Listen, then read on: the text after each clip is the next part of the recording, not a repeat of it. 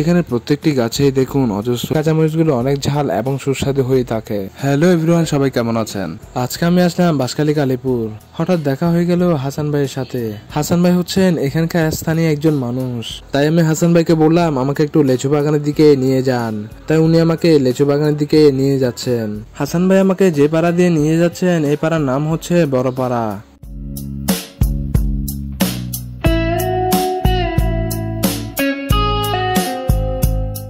হাসান ভাই আমাকে বলছিলেন এটি হচ্ছে সেই ডায়মন্ড সিমেন্টের বাড়ি। এই বাড়িটি বাইরে থেকে দেখতে অসম্ভব সুন্দর লাগছিল, হয়তোবা ভিতর যেতে পারলে আরো বেশি ভালো লাগতো। বড়পাড়া পেরিয়ে ধীরে ধীরে এগিয়ে যেতে থাকলো গাড়িটি ইজ্জতনগরের দিকে। হঠাৎ দেখতে পাই রাস্তার ধারে কিছু ভাইরা গাছ থেকে লেচু পাড়ছিলেন। ইজ্জতনগর এসেই আমাদেরকে গাড়িটি নামিয়ে দিল। এই ইজ্জতনগর ঢুকার পর থেকে যেন বিভিন্ন ফলের গাছই দেখে যাচ্ছি। যেদিকে তাকাচ্ছি সেদিকে যেন ফলের গাছের অভাবই নেই। এই আম গাছে এত সুন্দর করে আম ধরেছে যা যে কারোর নজর কাড়বে।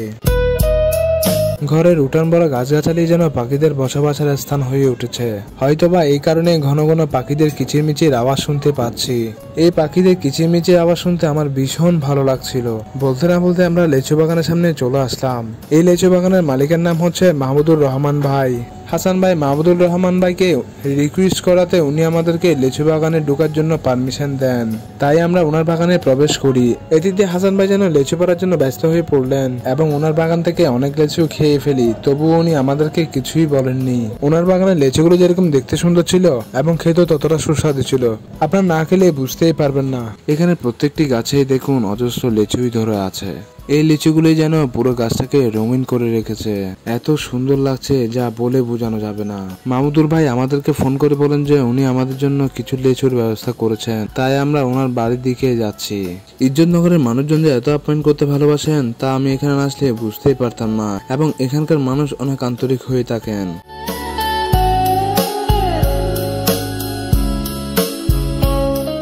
হাসান ভাই আমাকে বলছিলেন আমি নাকি লাস্ট সিজনে এসেছি। আমি যদি আরো কিছুদিন আগে আসতে পারতাম তাহলে হয়তোবা এই গ্রামের লেচু পাড়াটা দেখতে পারতাম। বাঁশখালী কালীপুরের লেচুর অনেক সুনাম রয়েছে এবং এই লেচুগুলোর স্বাদ অতুলনীয়। এটি রসালো, সুগন্ধ এবং ফরমালিন মুক্ত হওয়ায় মানুষদের কাছে জনপ্রিয় হয়ে উঠেছে। হুজুর আমাকে দেখিয়ে দিচ্ছিলেন একটি ছোট গাছে নাকি 10 থেকে 12,000 লেচু ধরেছিল। এটা শুনে তো আমি রীতিমতো অবাক হয়ে গেলাম। একটি ছোট গাছে যদি এত লেচু ধরতে পারে তাহলে বড় গাছে কত লেচু ধরতে পারে একবার ভাবুন তো। হাসান ভাই একজন অসাধারণ ভালো মনের মানুষ। ওনার ব্যবহার, চিন্তাধারা আর মানুষের প্রতি ভালোবাসা সত্যি আমাকে মুগ্ধ করেছে। ওনার আপ্যায়নে আমি মুগ্ধ।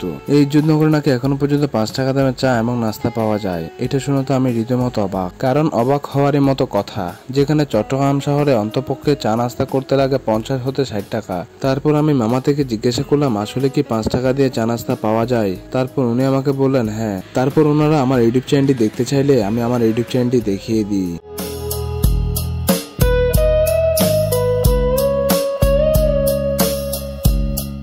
নাস্তা করে বের হওয়ার পর দেখি এক ভদ্রলোক কিছু চাষের মরিচ আনছিলেন। তাই উনি আমাকে অল্প কিছু কাঁচামরিচ দিয়েছিলেন। এই কাঁচামরিচগুলো অনেক ঝাল এবং সুস্বাদু হয়ে থাকে। এই ইজ্জতনগরে আমাকে যেই দেখেছেন সে কিছু না কিছু দিয়েছেন, যেমন আম, লেচু, কাঁচামরিচ। এই ইজ্জতনগরের মানুষগুলোর আন্তরিকতা এবং ভালোবাসা দেখেই আমি মুগ্ধ।